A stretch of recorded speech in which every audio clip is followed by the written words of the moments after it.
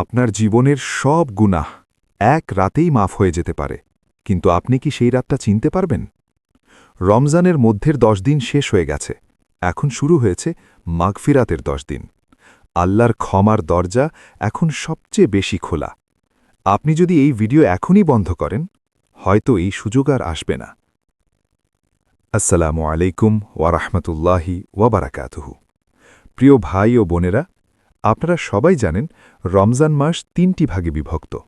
রাসূলুল্লাহ সাল্লাল্লাহু আলাইহি ওয়াসাল্লাম বলেছেন, ওয়াহুয়া শাহরুন আউয়ালুহু রাহমাহ ওয়া আওসাতুহু মাগফিরাহ ওয়া আখিরুহু ইতকুম মিনান নার।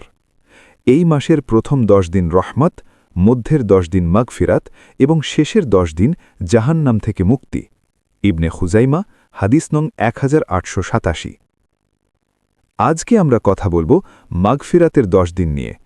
মাগফিরাত কি, কেন দরকার, কিভাবে পাওয়া যায়, কোরআন ও হাদিসের আলোকে সম্পূর্ণ আলোচনা।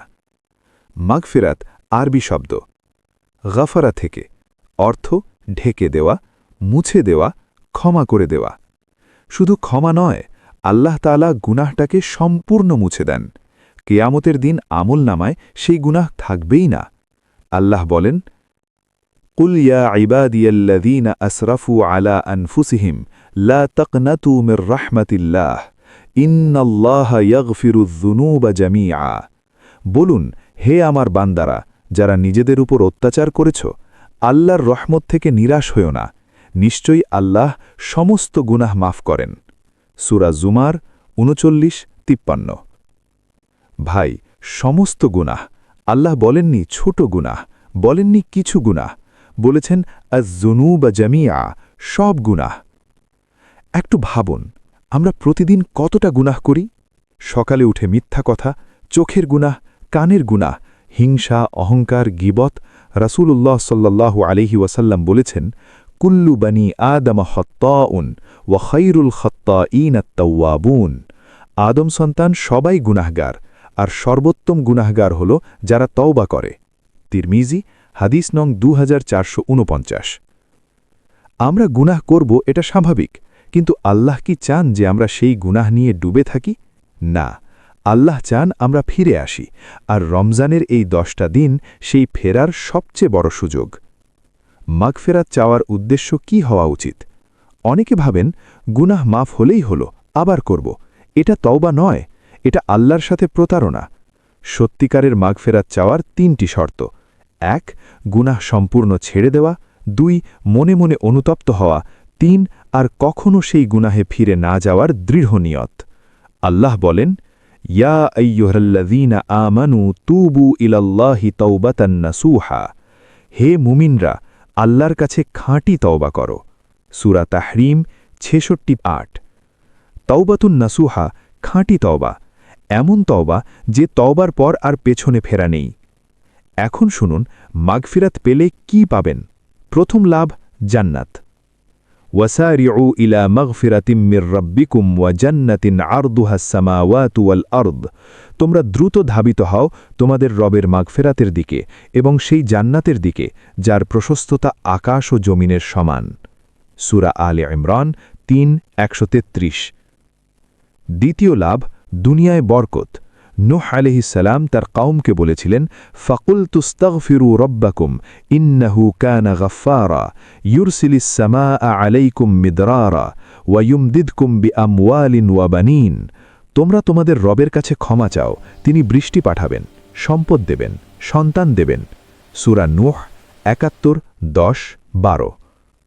তৃতীয় লাভ, গুনাহ নেকিতে পরিণত হয়। হ্যাঁ, শুনেছেন ঠিকই।